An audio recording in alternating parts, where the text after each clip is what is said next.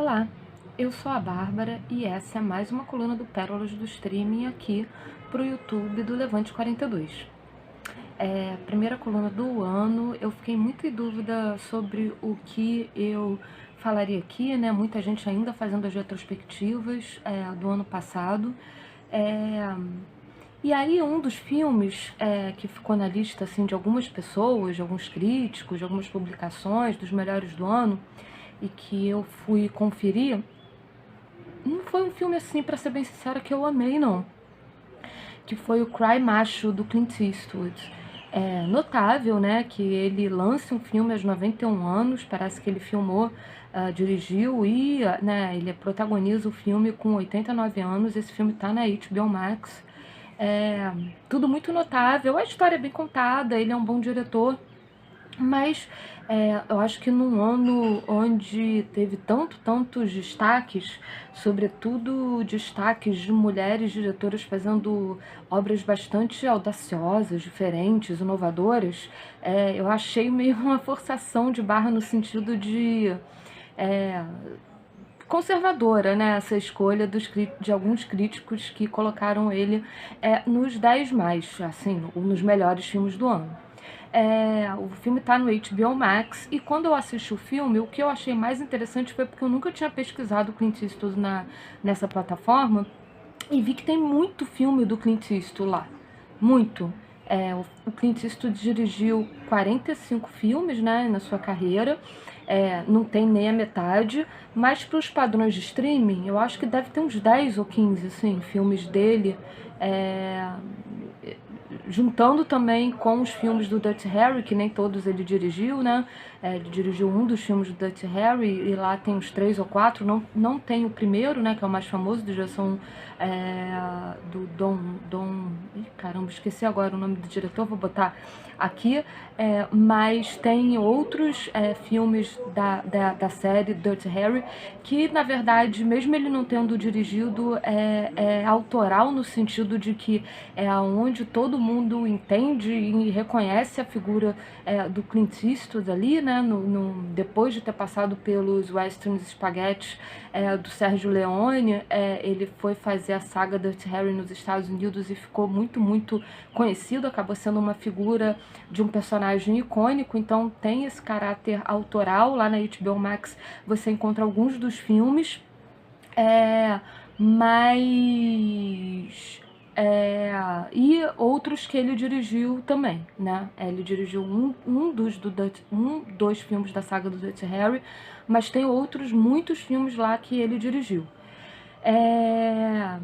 E aí, quando eu vi essa lista de filmes, eu falei, nossa, o Clint Eastwood, né, é um diretor que eu acabei meio que deixando de lado, até porque a gente vive em épocas tão polarizadas politicamente, com cada vez uma cobrança maior da gente, enquanto indivíduo, se colocar. E o Clint Eastwood, que é esse cara republicano nos Estados Unidos, né, que é o partido de direita lá, conservador, orgulhosamente republicano e orgulhosamente conservador, eu confesso que nos últimos anos acabei ficando com uma certa preguiça dele. Mas aí, quando eu me confrontei com a lista de filmes dele, me veio muitas lembranças de como eu gosto dele como diretor. E o legal do cinema é isso, né? E aí, diante desses sintomas conflitantes, eu acabei reassistindo o Cowboys do Espaço e o filme Caçador... Ai, gente, esqueci o nome, vou botar aqui também, mas é um filme de 87 que ele faz como se fosse o John Huston filmando uma aventura na África, com o Humphrey Bogart e a Laurie Bacall, os bastidores dessa filmagem, mas pelo lado desse diretor. Na verdade, é tudo baseado nos personagens reais, é tirado de um romance que se usou desses personagens, completamente centrado no diretor, que é como se fosse essa persona aí do John Huston, que não quer aproveitar para estar na África para caçar, e o estúdio impondo que ele faça, que ele filme, que ele vá para filmagem, que ele complete o filme. É um filme, assim, bem masculino, mas muito interessante. E o Cowboys do Espaço, que é um filme bem sessão da tarde dele, que ele fez já também nos anos 90, mais pro final dos anos 90, que é ele e mais outros 3 dos anos 90, velhinhos. Eles eram astronautas, acabaram nunca indo fazer a missão porque não se comportaram direito nos anos 60, 70, até que acontece uma missão que só eles têm a especialidade para poder fazer, e aí eles voltam para o treinamento, e se eles passarem no treinamento eles vão poder ir para o espaço finalmente, já velhinhos, e fazer a missão. Eu quero... Eventualmente, porque o que aconteceu? Esses 2 filmes acabaram ficando guardados, de certa forma. Falei, um dia eu vou fazer um Pérolas do Stream falando desses 2 filmes. E tava aqui na minha lista para ser um dos próximos. Mas não vou falar melhor desses filmes agora, apesar de já fica aí minha dica para vocês assisti-los, porque a HBO tem uma coisa muito interessante, que ela tem uma aba lá que mostra próximos filmes a expirar, né? Porque eu volto e meia falo aqui dos filmes que vão expirar no Netflix, na Amazon. Às vezes eles avisam, mas aí você tem que calhar de estar no filme para avisar. No Netflix tem alguns blogs que informam. E a HBO colocou numa aba na própria plataforma, o que eu acho muito bom, porque acaba, como tem tanto material e tanta coisa que eu quero ver, acaba me servindo de guia até para quais filmes eu priorizo em assistir, já que eles vão sair. O ruim da HBO é que ela não coloca a data certa.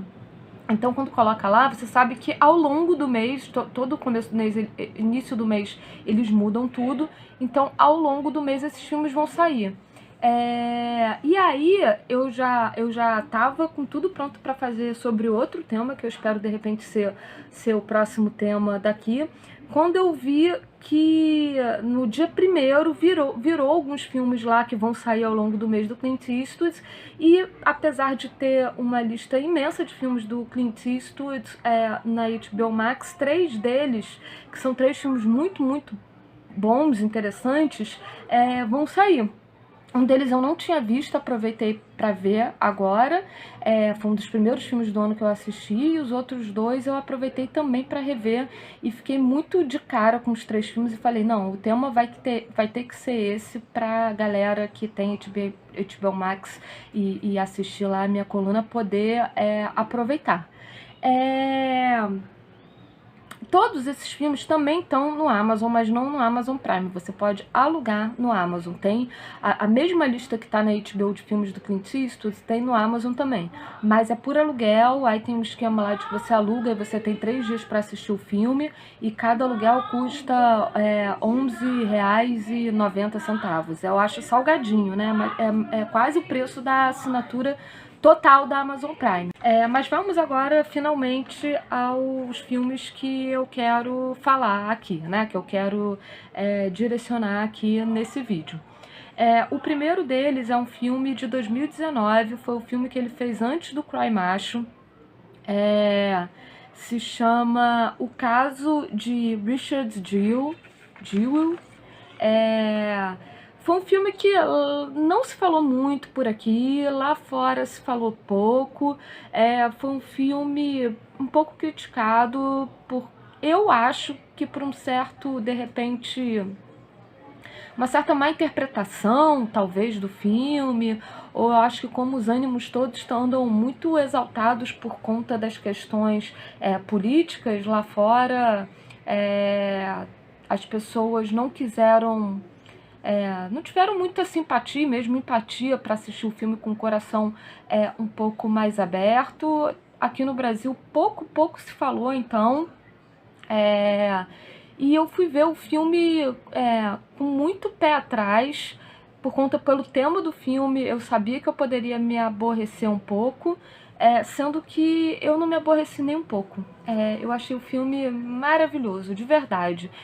Ele tem uma problemática que eu vou falar daqui a pouco sobre ela, mas eu quero falar primeiro das questões legais do filme.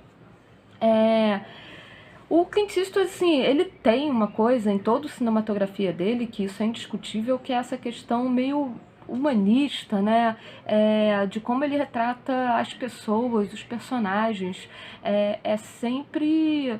É uma visão assim, com afeto, com compreensão, sem julgamento, normalmente, né? Pelo menos os personagens principais, ele tem uma fé nas pessoas, ele tem uma fé nos personagens que ele retrata.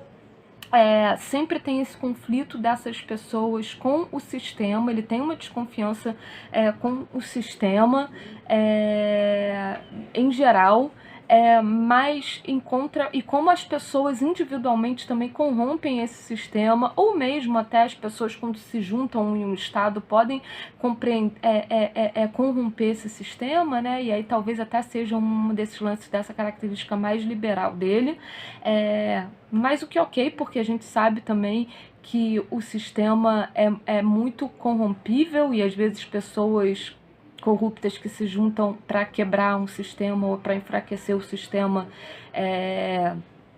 enfraquecem, né? A gente sabe disso, não podemos ser hipócritas ao ponto de negar isso, mas ao mesmo tempo ele tem uma confiança total na lei e na ordem, e que a lei e a ordem pode funcionar, e que a lei e a ordem foi feita para funcionar, muito crente então nesses valores republicanos, no sentido tanto do partido, mas como de formação de república também. E esse Richard Jewell, o filme, ele meio que aborda como ele vê todas essas coisas. O Richard, mas ele aborda num lugar que se aproxima muito, e poderia se dizer talvez de defesas de temas, de ordens, de agenda mesmo, de discursos mais progressistas, né? Por que eu digo isso? O Richard Jewell, que é baseado num personagem real, essa história de fato aconteceu. Ele é um homem branco, solitário, heterossexual, solitário, mora com a mãe, gordo, obeso. Ele tem uma profunda crença no sistema, na lei, no estado policial. O sonho dele é ser policial. Ele acredita que ele pode ser o melhor policial do mundo. Ele quer ser policial, ele estuda para ser policial, mas ele nunca consegue passar lá, muito por conta dos atributos físicos dele, enfim, não passa lá nas provas também. Então ele vive nesses empregos que dá um certo status, um certo poder policianesco, sabe? Mas que não são necessariamente agentes do Estado, como, por exemplo, ele serve um tempo como guardinha de uma universidade para ver lá se os jovens estão se comportando, e aí ele age com muita brutalidade com esses jovens, e muito dedicado à regra, muito paranoico se os jovens estão consumindo drogas e bebidas dentro do campus, no estado policianesco assim pesado, e ele acaba sendo demitido desse lugar. E quando a gente encontra ele no presente, que é em 1996, durante o início das Olimpíadas que aconteceram em Atlanta, ele mora em Atlanta, ele está se contentando lá em ser vigia de um dos palcos, né? Essa coisa Olimpíadas, né? O Rio de Janeiro já abrigou Olimpíadas, né? Tem, além das venues com os esportes, tem esses palcos olímpicos, né, onde tem apresentações musicais no final do dia, e aí ele está tomando conta de ser o guardinha de uma dessas venues musicais. Mas ele sempre fica de olho, se em todo mundo que está com mochila suspeita, e na maioria das vezes são só pessoas levando cerveja para distribuir para os amigos ali assistindo ao show, enfim. Mas ele é muito dedicado nisso. Até que ele vê uma mochila que é realmente suspeita, lá numa batida que ele vai fazer com jovens que estão fazendo um princípio de vandalismo ali, dá lá uma bronca nos jovens, expulsa os jovens e vê essa mochila, pressente que a mochila está em risco, chama lá a galera antibomba. Como o pessoal já conhece ele, todo mundo até acha que ele está meio exagerando, né? Porque ele tem essa predisposição um pouco paranoica de achar que tem alguma coisa errada, de que ele vai ter que resolver. Mas até que enfim chega o esquadrão antibomba e de fato tem uma bomba lá. E enquanto eles estão tentando evacuar a área, a bomba explode, não morre ninguém, ou morre uma pessoa, faz alguns feridos e ele no primeiro momento é promovido ao herói do dia, né? Porque se ele não tivesse localizado essa mochila e essa bomba fosse explodir, certamente ia acabar matando e ferindo muito mais gente. Mas para logo depois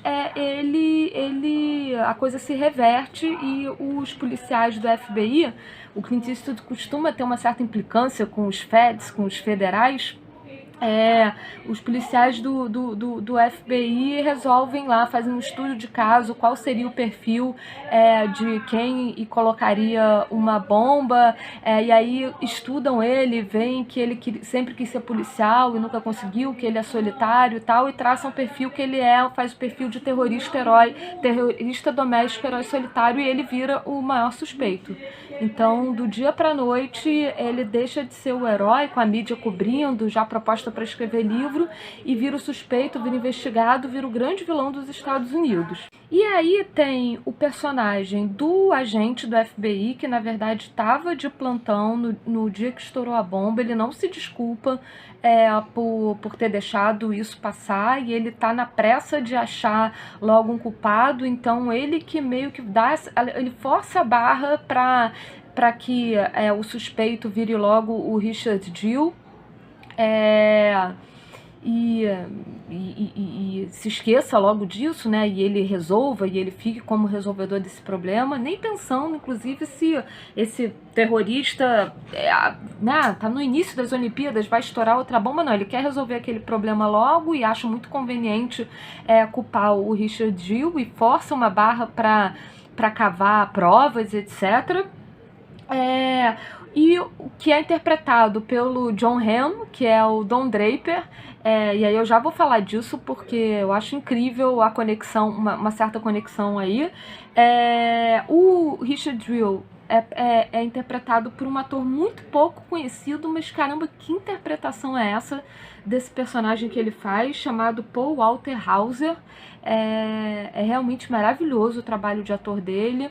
Ele é um ator relativamente jovem, começou fazendo stand-up comedy, fez alguns filmes de comédia, fez alguns papéis bem pequenos em alguns filmes do Spike Lee, e chega nesse filme estrelando de maneira realmente estelar, uma interpretação muito, muito maravilhosa. E que pena que esse filme teve essa má compreensão, e ao mesmo tempo 2019 foi um ano muito, muito, muito bom.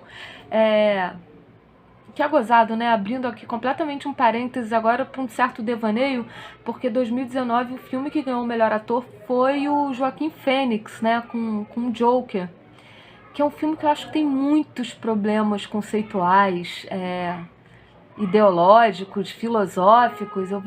Eu pessoalmente vejo vários problemas nesse filme.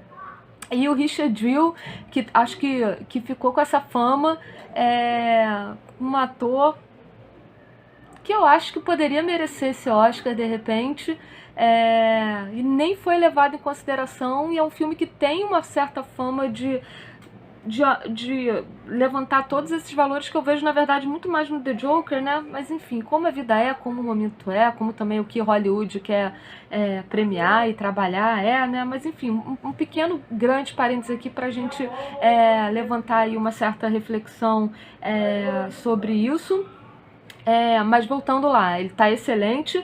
E tem o terceiro personagem do Sam Rockwell, que faz o advogado, que é o advogado que ele conhece quando ele tá estagiando. Ele começa a ter um sonho de ser policial, mas na verdade ele tá numa pequena empresa onde ele toma conta do almoxarifado. O Sam Rockwell é um dos advogados dessa empresa, e eles começam ali uma amizade, porque o Sam Rockwell é o único que vê ele como uma pessoa mesmo, né? Não vê como uma caricatura.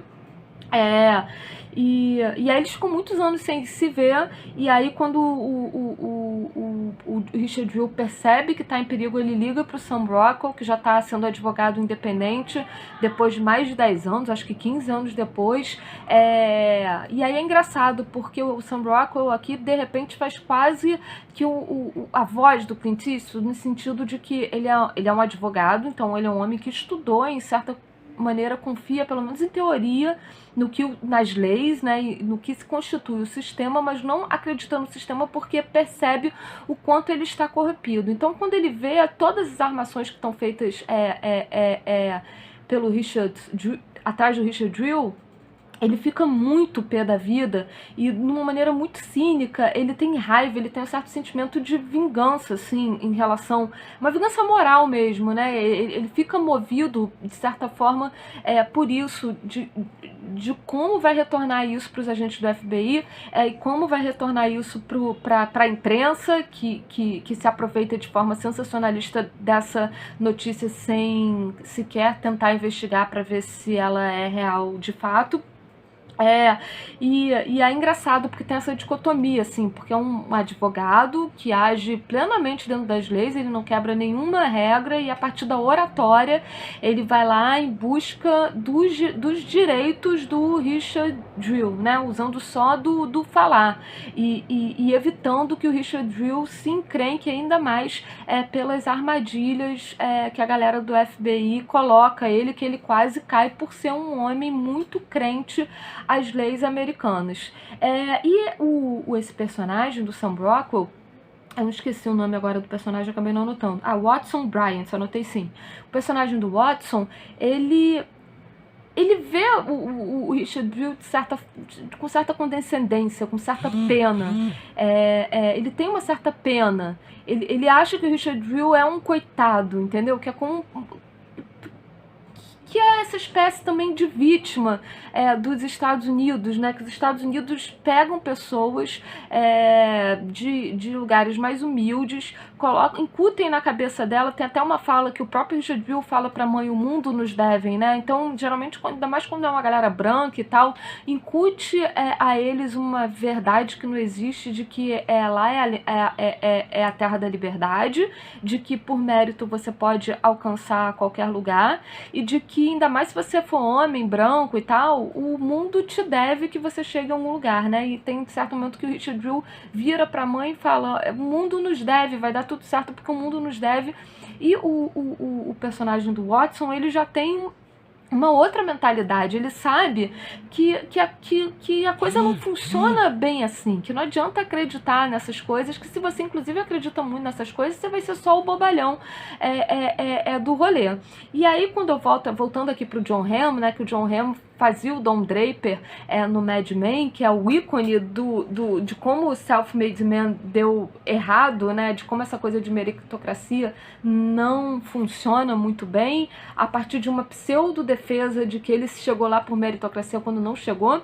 E aí vou de novo fazer o jabá do meu vídeo lá do Don Draper, que eu falei no episódio passado, vou falar aqui também.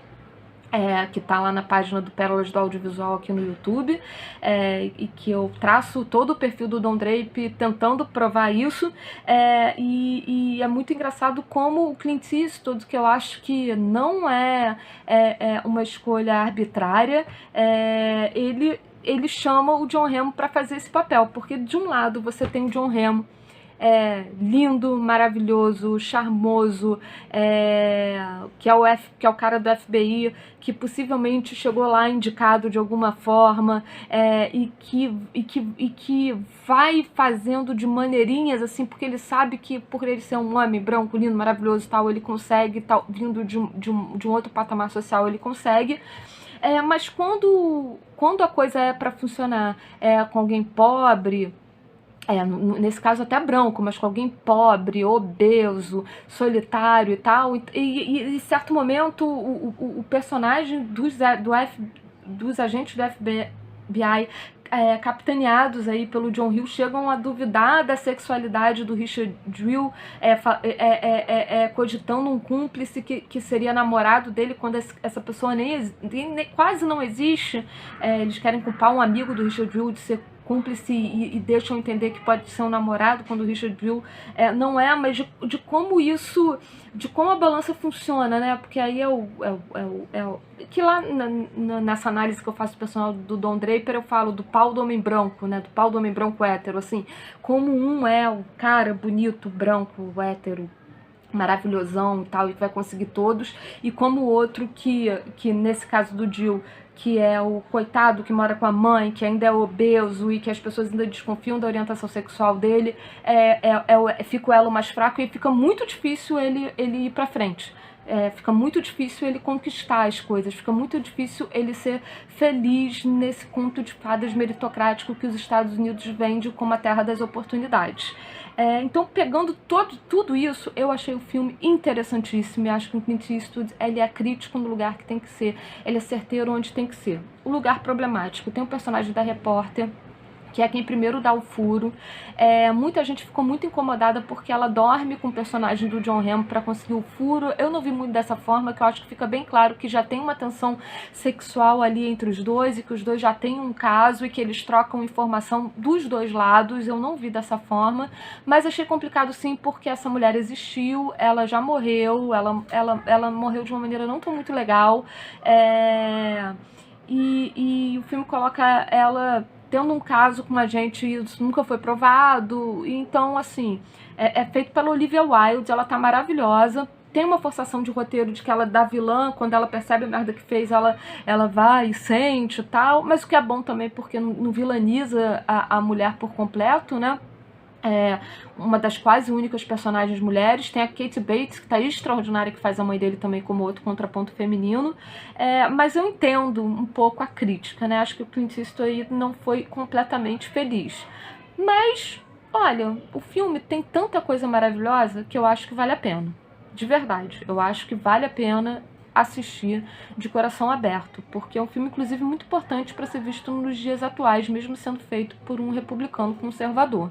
Tem muita crítica ali que é a crítica de qualquer um, e aí ajuda a gente a refletir.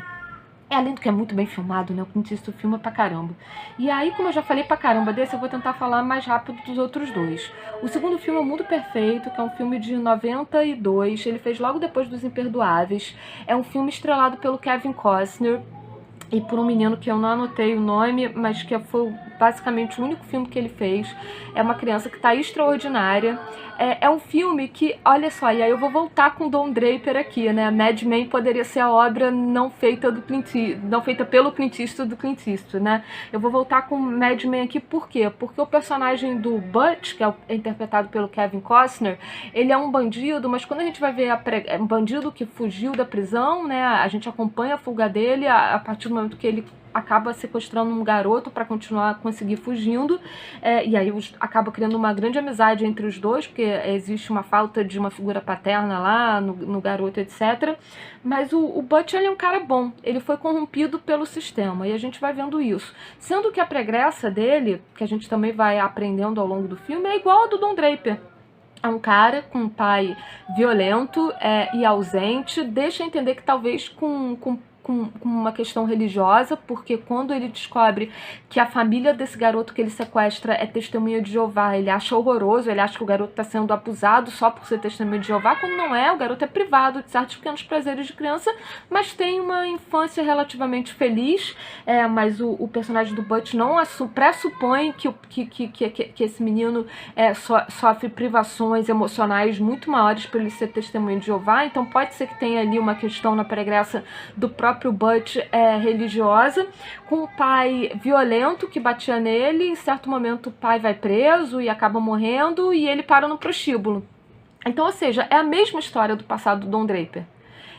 E aí quando ele para no prostíbulo, ele começa a fazer pequenos trambiques, ele é julgado. Quando vão analisar quem é o responsável dele, vem que ele tá menor, morando num prostíbulo, e o responsável é o pai, que ou nessa altura já tá preso, mas vem que não é um cara legal, e resolve que o Estado tem que cuidar desse garoto, e ele vai para um reformatório. E nesse reformatório, que quem manda ele é o personagem do Red, interpretado pelo Clint Eastwood lá no passado. Nesse reformatório ele se perde de vez, não volta nunca mais. Aí toda vez que ele volta para a sociedade, ele acaba fazendo alguma contravenção, cada vez contravenções piores, e ele acaba indo para a prisão. E a gente acompanha essa fuga dele com esse garoto, aonde, pelo relacionamento do garoto, a gente vai entendendo a falta o mal que a falta paternal fez pra ele, como ele quer compensar com o garoto, que ele de fato não é um cara necessariamente mau, mas um cara que fez algumas escolhas ruins, porque o sistema também não facilitou nem um pouco para ele, então também cai por terra um pouco essa história da meritocracia. E você tem basicamente de um lado a construção do relacionamento dos dois, que é muito, muito bonito e muito interessante, e é um filme que talvez hoje, por tudo que o filme levanta e mostra, talvez não seria feito, e ele faz muito bem, sem nenhuma cena ficar estranha, deslocada, ali do relacionamento adulto e criança. E do outro lado você tem o Red com uma certa entourage tentando caçar esse cara. No primeiro momento o Red está muito afim de caçar, com unhas e dentes. Depois ele vai se lembrando de quem esse cara é e começa a ver todo o processo do que vai acontecendo, como ele vai percebendo que esse garoto não tá tão infeliz de estar com ele, né, pelas cidades que eles vão chegando, e as testemunhas vão dizendo como era o relacionamento dos dois quando passou por ali, que eles se passavam por pai e filho perfeitamente. Ele vai reanalisando a própria conduta dele, que como uma atitude dele fez com que de repente no passado estragasse a vida toda desse cara.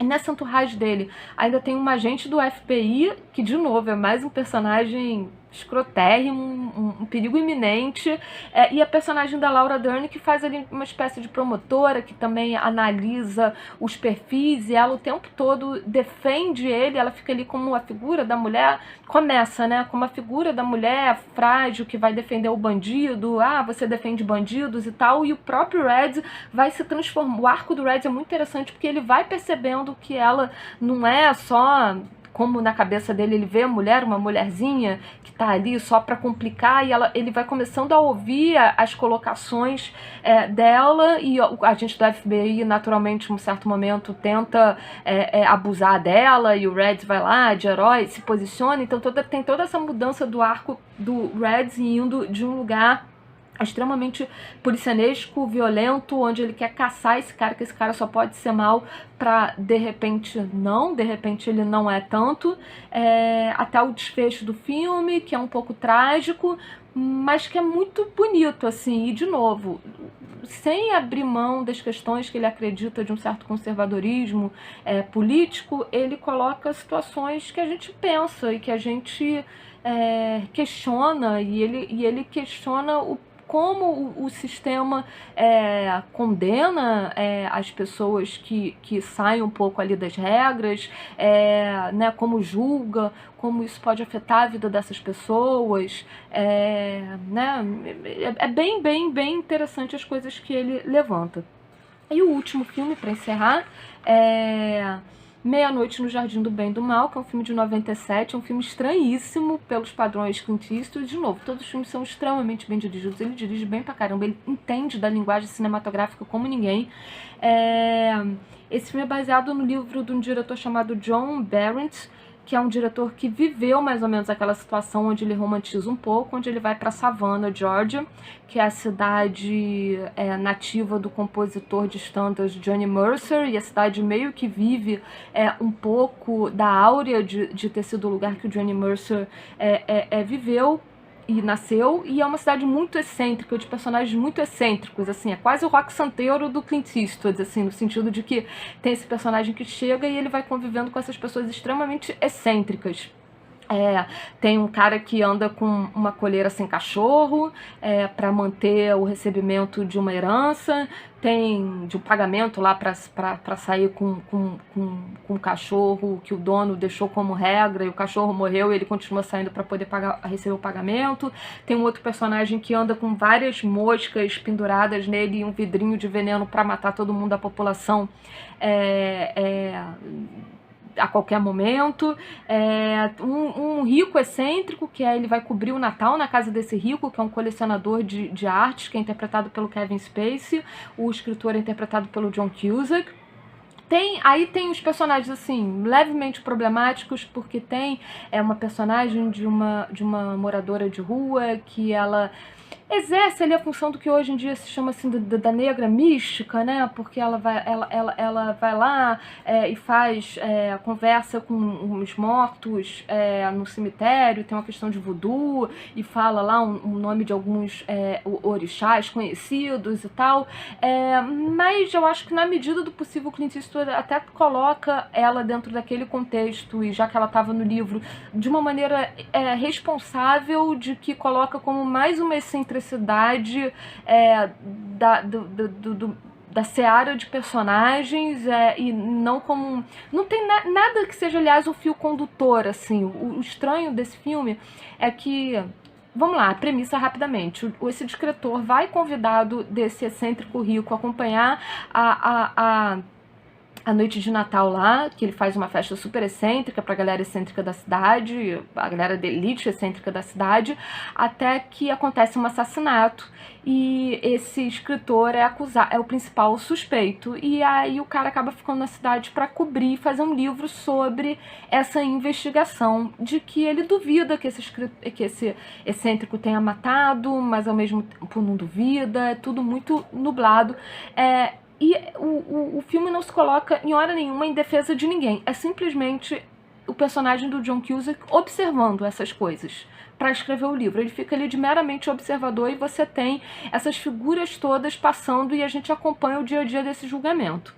E tem a personagem mais genial de todas, que é a Lady Chablis, que é a própria personagem que vivia em Savannah na época, é a personagem que está escrita no livro e que ele chama como atriz a própria para fazer. E tudo isso é muito legal, né? Só chamou atores e ela chama a própria, mas por que chama a própria? Porque é uma mulher trans, do teatro, das apresentações, que na época não tinha muito diferenciação, né, do que era travesti, a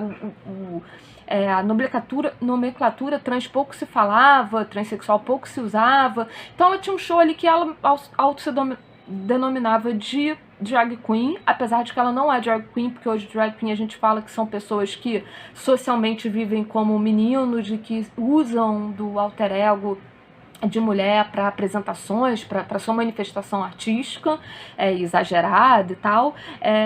Ela era o que hoje a gente chama de uma trans, ela tomava hormônios, ela não fez a operação, mas ela tomava hormônios, e ela era uma artista ali de Savannah e vivia dessas apresentações.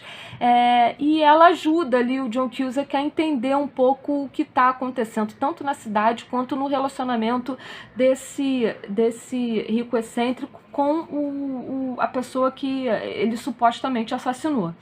E a Lady Chablis, que é ela mesma, que faz ela mesma no filme, é considerada como marco histórico. E vejam vocês, em 1997... a primeira vez que Hollywood, que o cinema hollywoodiano de grande estúdio, chama uma mulher trans para fazer papel de mulher trans. Até então, e até muito tempo depois, até muito recentemente, que é mais recentemente que esse diálogo vem sendo travado, de se chamar mulheres trans para fazer papel de mulheres trans, homens trans para fazer papel de homens trans, até então, até, sei lá, 3, 4 anos atrás, dificilmente chamaria uma mulher trans para fazer papel de mulher trans. Falaria, não tem atrizes, não existe atrizes nesse perfil, não tem, não dá, e chamaria um homem para fazer papel de mulher trans, uma mulher para fazer papel de homem trans, e possivelmente seriam grandes interpretações, se fossem bons atores, concorreriam a Oscar, ganhariam um Oscar, como a Hillary... esqueci o sobrenome dela, mas lá de Boys Don't Cry, né? Era muito comum, era como se fosse um desafio pro ator fazer esse tipo de papel. Hoje em dia é super mal visto, não acho ruim isso. E para você ver, um diretor de espectro ideológico político conservador foi o primeiro que teve a peia de chamar uma mulher trans para fazer o papel de uma mulher trans, e ela está mandando bem pra caramba. Ela é ótima, ela é o grande destaque do filme.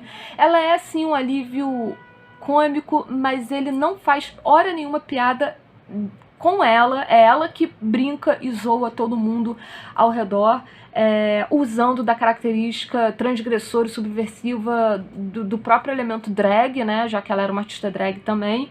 Enfim, eu acho que só por conta disso o filme já vale. É um filme longo, tem 2 horas e 35 de duração.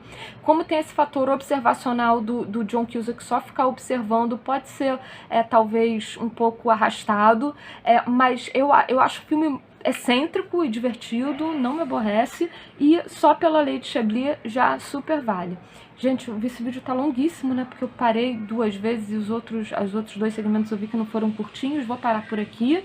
Daqui a 2 semanas tem mais. Se você curtiu, me diga, escreve aqui ou me manda uma mensagem lá no Pérolas do Stream, que aí eu faço um Pérolas do Clint Eastwood parte 2, tá bom? Porque tem vários filmes que não são os mais consagradões, tipo Imperdoáveis, A Ponte de Madison, Sobre Meninos e Lobos, todos esses filmes tem lá também, mas tem outros que não são tão falados e que eu gosto demais. Eu acho que o Clint Eastwood com seus 90, hoje ele tá com 91, né, do Cry Macho que ele lançou esse ano, na verdade, eu falei 89 no início porque ele filmou no retrasado, um pouco antes da pandemia, mas ele tá com 91, vigoroso, fazendo pelo menos há 20 anos, quase um filme por ano.